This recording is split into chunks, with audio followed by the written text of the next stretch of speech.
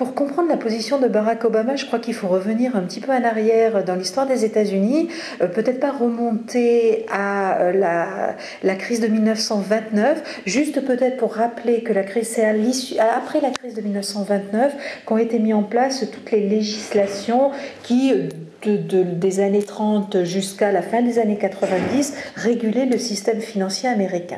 Et donc il y avait de grands principes qui étaient la séparation des activités. Une banque de dépôt, une banque de particuliers ne pouvait être une banque d'investissement. Une banque d'investissement ne pouvait de la même manière proposer des dépôts aux particuliers, etc. etc.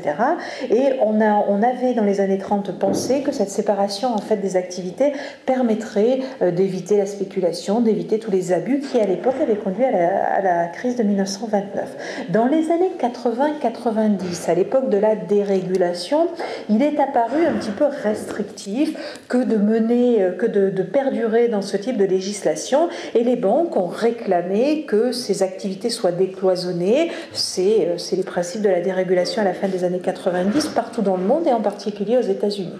Et donc on a autorisé à nouveau les banques après un fort débat au Congrès. Donc il y a toujours eu une très forte opposition à cette dérégulation, y compris aux États-Unis et au Congrès américain. On a dérégulé, on a permis aux banques de pratiquer toutes ces activités, et on a considéré dès le début des années 2000, avec l'explosion de la finance dans le monde et en particulier aux États-Unis, la prise de risque qui ne cessait de s'accroître dans le secteur financier, en particulier américain. On a souvent considéré, un certain nombre d'experts considéraient, et de gens du Congrès également considéraient, que c'était la porte ouverte à tout abus, et en particulier à des prises de risque déconsidérées. Et une fois que la crise financière s'est déclarée aux États-Unis, qu'un certain nombre de banques américaines se sont retrouvées au bord de la faillite, obligeant l'administration américaine Bush d'abord, Obama ensuite, à les sauver, on a considéré que c'était cette dérégulation qui était la faute de tout cela.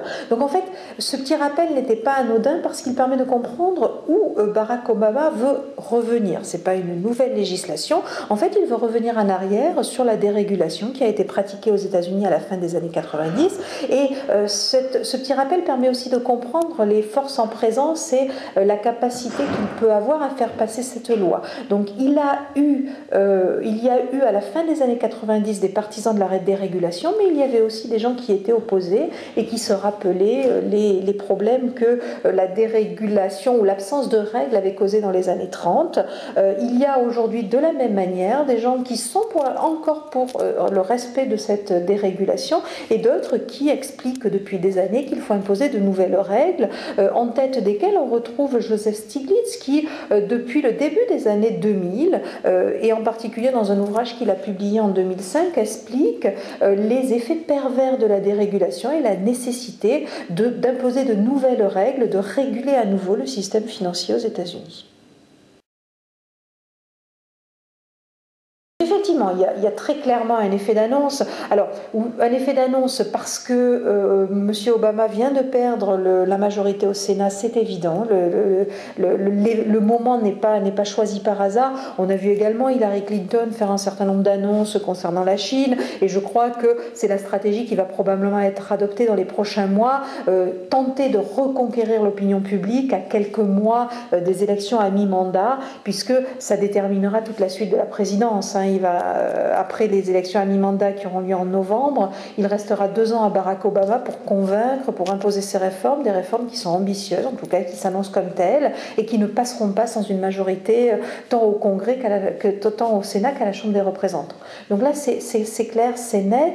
La chance maintenant de faire passer ces réformes dépendra de ces élections à mi-mandat, mais également de cette capacité à convaincre l'opinion publique. Et de ce point de vue-là, comme je l'ai expliqué à ma réponse à la première question, l'opinion publique, les experts, mais aussi les représentants de la population américaine sont extrêmement divisés sur la question de la régulation financière. Entre ceux qui, de tout temps, depuis les années 30, ont souhaité que ces activités soient fortement régulées, fortement encadrées, pour éviter tout dérapage, et ceux qui considèrent qu'une trop forte régulation pénaliserait la croissance économique et que finalement la prise de de risques et les risques importants pris par le secteur financier sont le prix à payer pour une croissance économique dynamique qui conduit à une augmentation du niveau de vie de la population américaine, et que l'endettement, c'est aussi l'endettement et le risque financier, c'est aussi une condition pour le développement des États-Unis, l'augmentation du niveau de vie, l'augmentation du pouvoir d'achat de la population, etc.